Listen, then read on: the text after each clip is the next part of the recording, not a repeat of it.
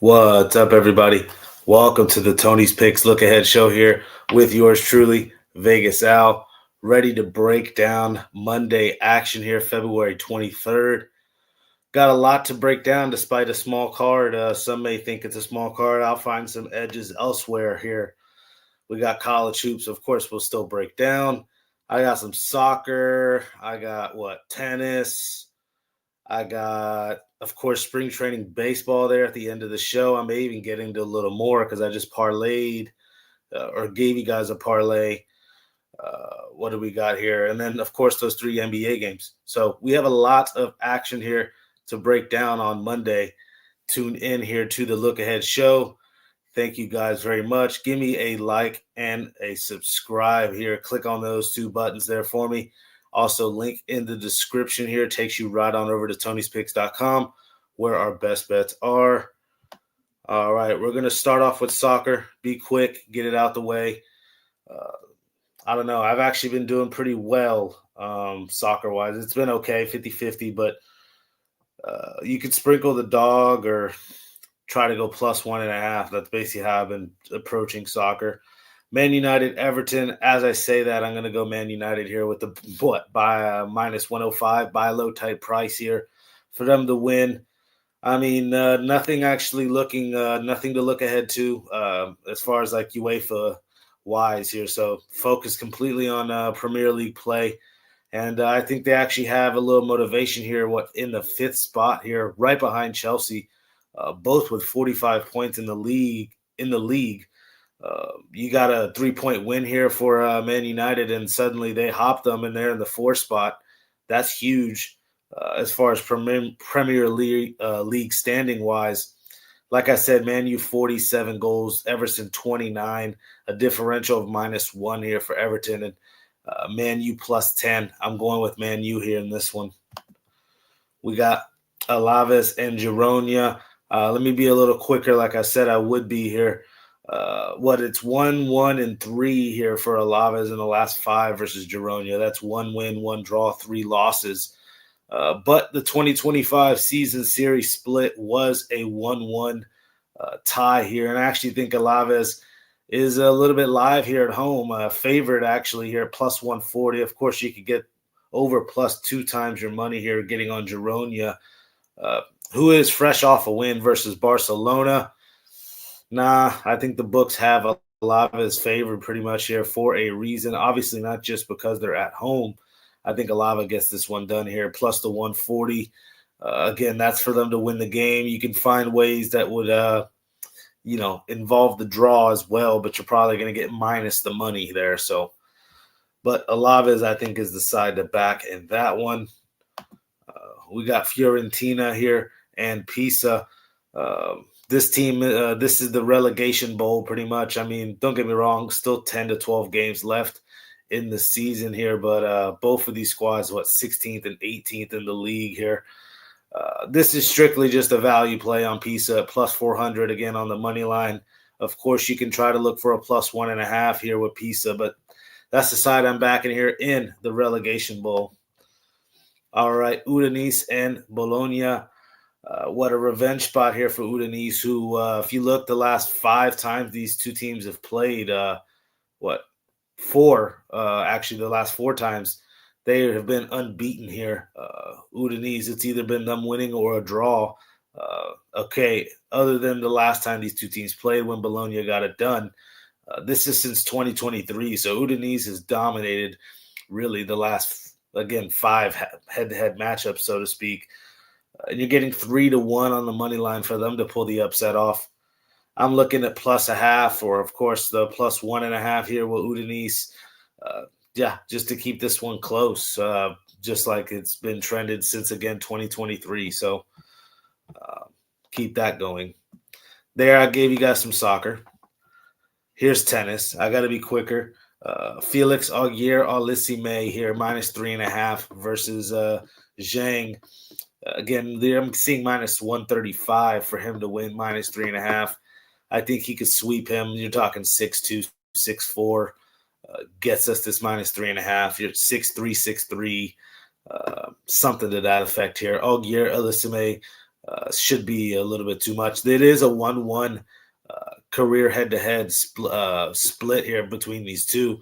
Algier Elisime did get the most recent win, so I do lean Algier Elisime here, but he's pretty much favored, so you got to go with the minus on the spread. Quentin Hales and Jack Draper here. I was leaning Hales. I wanted to get on the dog, but I just at the end of the day, I think Draper's still going to be too much for him. This would have been Hale's first win head-to-head. Look, Draper's 2-0 head-to-head in these two career. The younger, more accomplished tennis player already here in Draper. Minus 2.5 at the minus 135 price is where I'm looking at here with Draper. All right, I got through it. There you go. I gave guys and girls the picks there for tennis and soccer. Get those on out the way.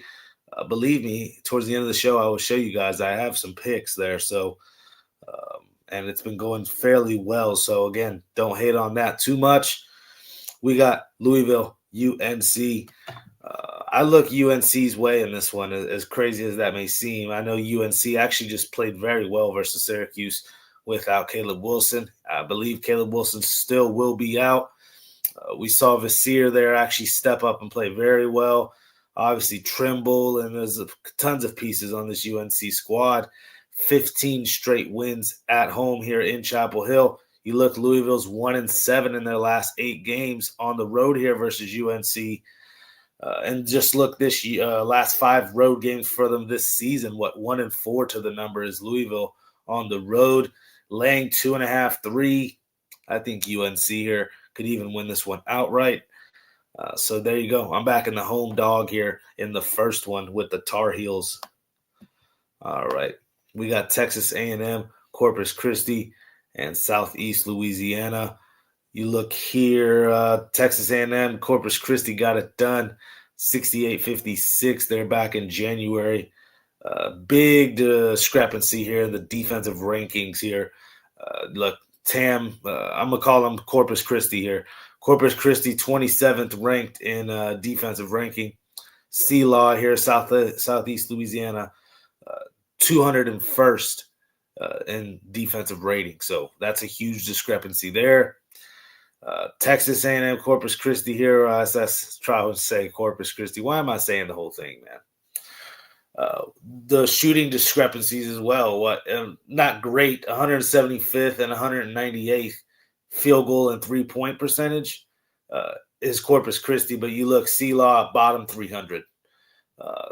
Corpus Christi, 6 straight with 6-0 to the number here versus C-Law.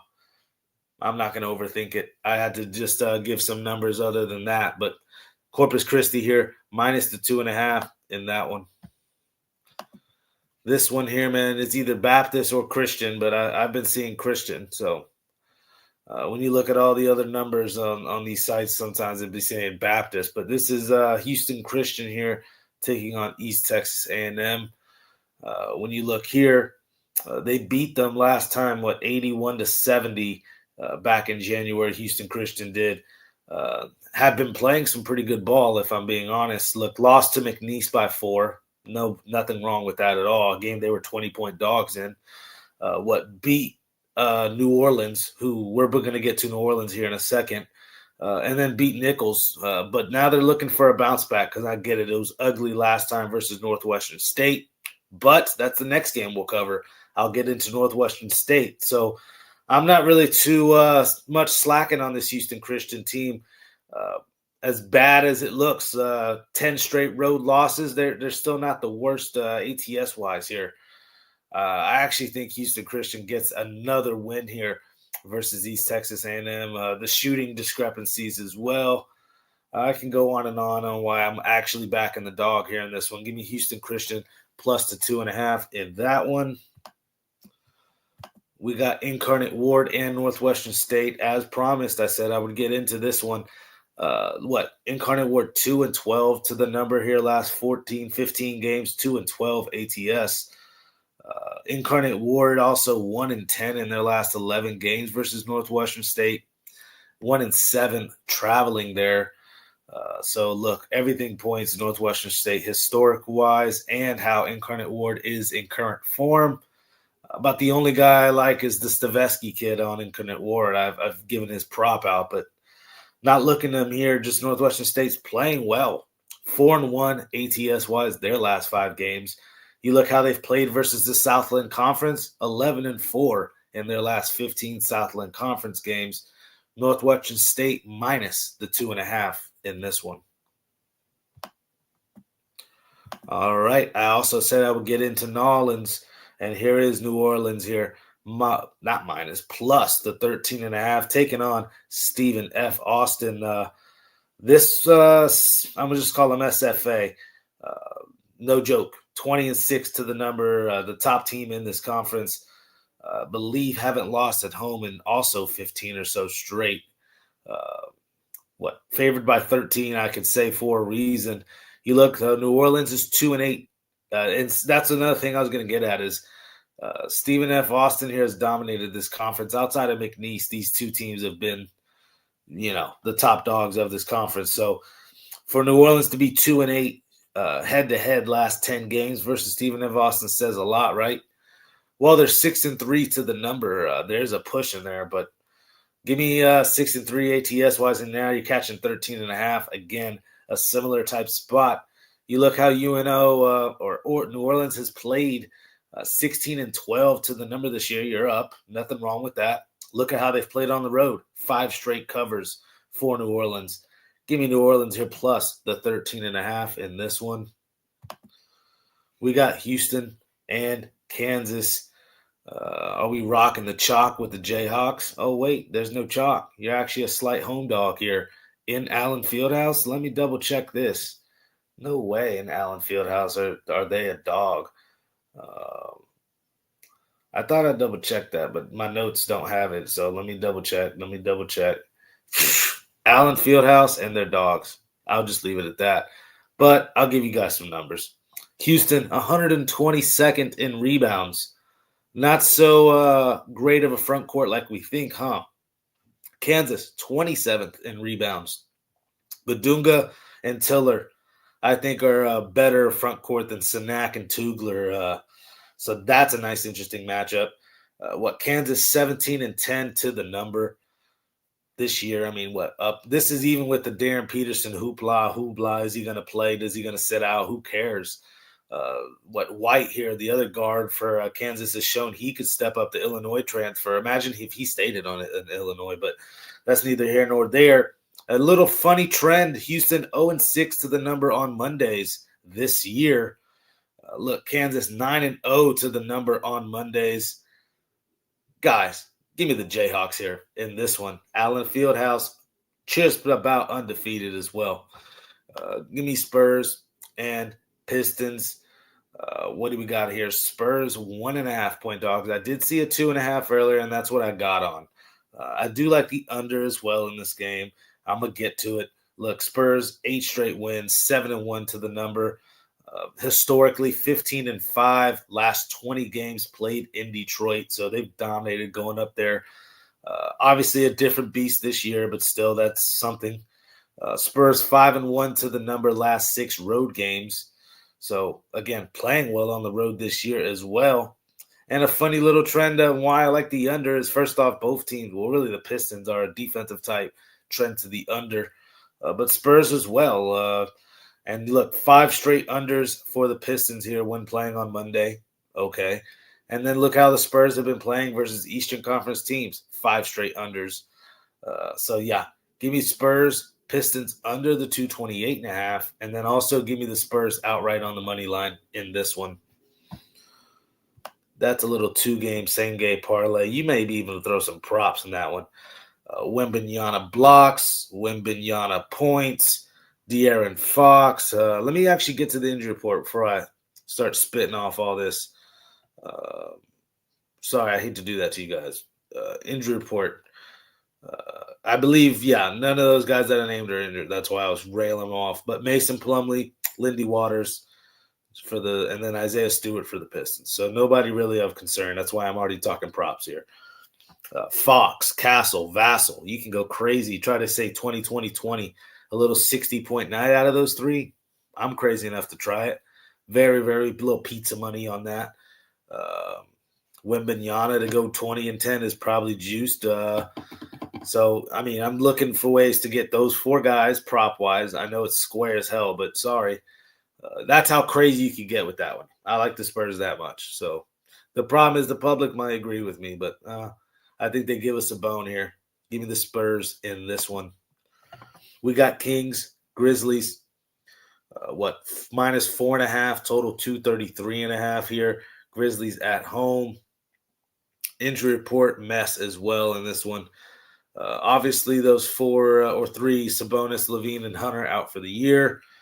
Just about everybody else going here for the Kings. A host of guys now: Cedric Coward, Aldama, Brandon Clark, Morant still, Edie still. I mean, this is a host of guys, right? So Kings, 16 straight losses on the road, 3-26 straight up on the road. It's brutal. It's brutal. It was a 129-125 win last time these two teams played. This was earlier this month. So technically, Grizzlies are not covering this number with that final score. Gosh, my heart's just – this is a total DJing game. I'm just being honest. And I'm leaning taking the points here with the Kings. As gross as it is, this might be a money line spot. The only thing that worries me is they do play Houston up next. But you could say it's a bounce back off how they've just a 16 bounce back. How many games they've lost in a row. But I don't know. They played with the Spurs last night or the other night. The Kings did. That was a close game until about maybe I wasn't really watching it, but about mid-third quarter. I was tied around halftime or whatnot. So I think Kings are playing hard and actually kind of healthy for the most part without Levine and Sabonis. I think they can just do without those. And I'm looking Kings plus 4.5 in that one. Am I probably betting this game? Probably not. And if Kings cash tomorrow, I don't even care. That's how I look at it. So very much tread lightly in this one. I think if you're going to get on a dog, if it's public, let's go Jazz here plus the 15.5. Let me get into the injury report, but this is just my train of thinking here. I'm probably avoiding that middle game and touching.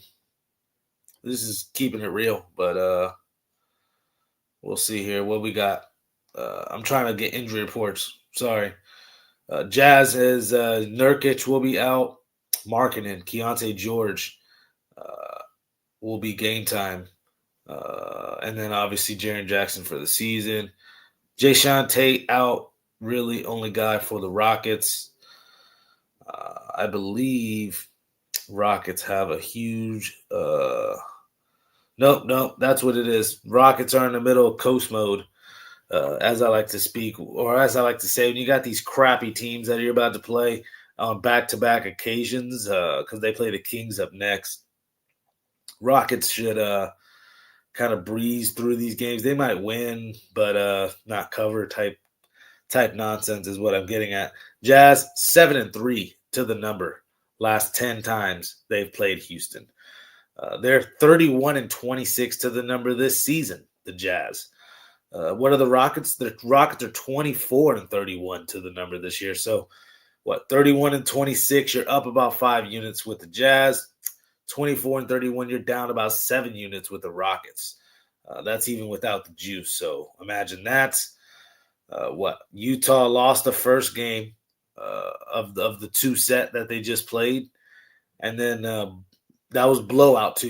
Houston really showed they can whoop this team if they wanted to, right? But then Utah, in the very next game when Houston doesn't care, what do? They went outright. And Houston's that type of team that just doesn't care. 4th in the West. We'll coast on by. KD with his little burner account. No, I'm not laying nothing with them. Sorry. Give me the Jazz here. Plus the 15.5 in that one. And I'll be honest, it feels pretty public, man. A lot of my plays feel public tomorrow. But it is what it is, man. We got to roll with it. Here's a little spring training parlay. Marlins getting about plus money. Tigers and Dodgers extremely juiced. So, hey, put them in a parlay.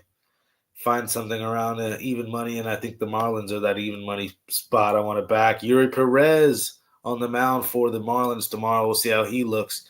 These guys are only pitching 1 to 2 innings, so just don't go out there and get freaking lit up and get 6 outs for us. That's all I'm asking for you. And then we'll crapshoot it our way with the farm systems, because that's really what it winds up coming down to as well. Is late in these games, you got farm systems.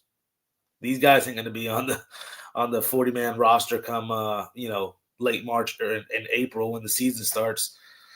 No chance. A lot of these guys are going to be in single A, triple A. I don't know about single A, maybe double A and triple A.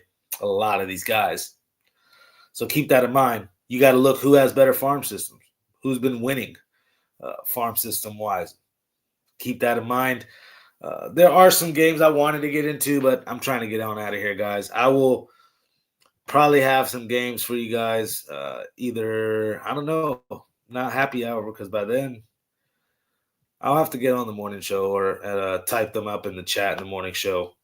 But I got a couple games I'm looking at. So with that being said, let me show you guys what I got on the site actually before I get on out of here. It hasn't been bad. We were up huge, and then I lost today. Just one bet I put in. Let me actually refresh this 1 second, because I have picks put in.